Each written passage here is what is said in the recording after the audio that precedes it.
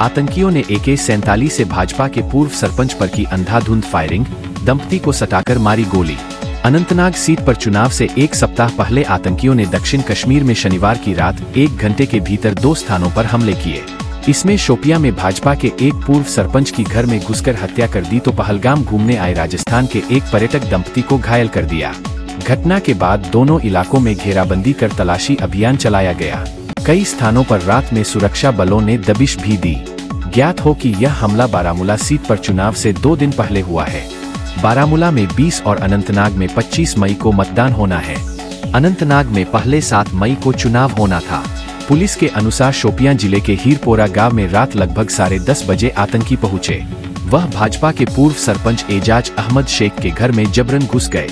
उन्होंने एजाज को निशाना बनाकर अंधाधुंध फायरिंग की।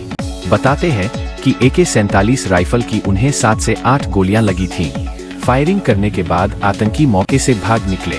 इसके बाद परिवार वालों ने उन्हें अस्पताल पहुंचाया, जहां इलाज के दौरान उन्होंने दम तोड़ दिया। इससे पहले रात लगभग 9:30 बजे दहशतगर्दों ने पहलगाम के पास यन्नर में दरिया किनारे बने कैंपिंग साइट के बाहर बैठे राजस्थान के जयपुर की दंपति फरहा और तबरेज पर हमला किया। दोनों को पास से गोली मारने के बाद आतंकी मौके से भाग निकले। दंपति को तत्काल अस्पताल पहुंचाया गया, जहां उनकी हालत खतरे से बाहर बताई जाती है। फायरिंग होते ही अन्य पर्यटक भाग निकले। घटना की सूचना मिलते ही पुलिस तथा सुरक्षा बलों ने मौके पर पहुंचकर पूरे इलाके को घेर लिया। दोनों स्थानों पर तलाशी अभियान चलाया जा रहा है। पुलिस लोगों से पूछताछ के आधार पर आतंकियों का सुराग लगाने की कोशिश कर रही है। कैंपिंग साइट पर हमला होते ही गोलियों की आवाज से वहां हड़कंप मच गया। वहां मौजूद अन्य पर्यटक अपनी जान बचाने के लिए अपने अपने तंबुओं में घुस गए। पर्यटकों में काफी खौफ रहा। सुरक्षा की दृष्टि से वहां सुरक्षा बलों को तैनात कर दिया गया है। हालांकि हमले की जिम्मेदारी किसी संगठन ने नहीं ली है, लेकिन माना जा रहा है कि यह लश्कर-ए-तैयबा के TRF की साजिश हो सकती है। हमले को चुनाव से पहले दहशत फैलाने की साजिश के रूप में देखा जा रहा है, ताकि स्थानीय लोगों में डर का माहौल बने और वह चुनावी प्रक्रिया से दूर रह सकें। इसके साथ ही पर्यटकों में भी खौफ पैदा करने की साजिश के हिस्से के रूप में इसे देखा जा रहा है। इससे पहले आतंकियों ने 17 अप्रैल को अनंतनाग के बिजबिहाड़ा में बिहार के रेहड़ी वाले राजा शाह की गोली मारकर हत्या कर दी थी।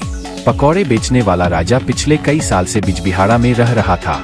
इससे पहले 8 अप्रैल को शोपियां में मुगल रोड पर स्थित एक रेस्टोरेंट में दिल्ली से 2 विदेशी पर्यटकों को लेकर आए कैब चालक देहरादून निवासी दिलरंजीत सिंह को आतंकियों ने गोली मार दी थी। पीपुल्स डेमोक्रेटिक पार्टी की अध्यक्ष और पूर्व मुख्यमंत्री महबूबा मुफ्ती ने यन्नर, पहलगाम और हीरपोरा शोपियां में हुए आतंकी हमलों की कड़े शब्दों में निंदा की है।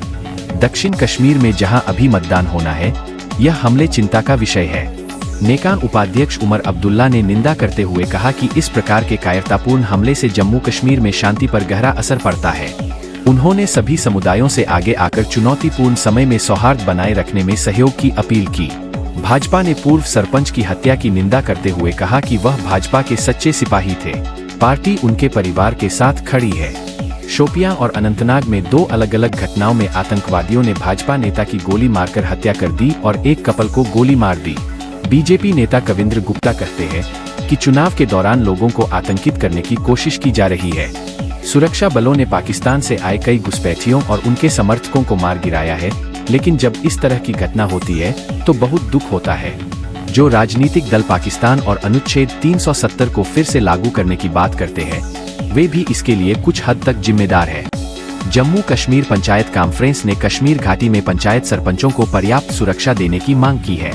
पंचायत कॉन्फ्रेंस के अध्यक्ष अनिल शर्मा ने रविवार पत्रकारों से बात करते हुए कहा कि जब कंगना रनौत को एक दिन में इतनी भारी सुरक्षा मिल सकती है, कश्मीर के बड़े-बड़े नेताओं को और अन्य राजनीतिक दलों को सुरक्षा मिल सकती है, तो कश्मीर के सरपंचों को सुरक्षा क्यों नहीं दी जाती। उन्होंने बीजेपी सरपंच की हत्या को लेकर सुरक्षा पर सवाल उठाए। कहा कि यदि सरपंचों को पर्याप्त सुरक्षा दी गई होती तो उनके साथ इस तरह की वारदात नहीं होती।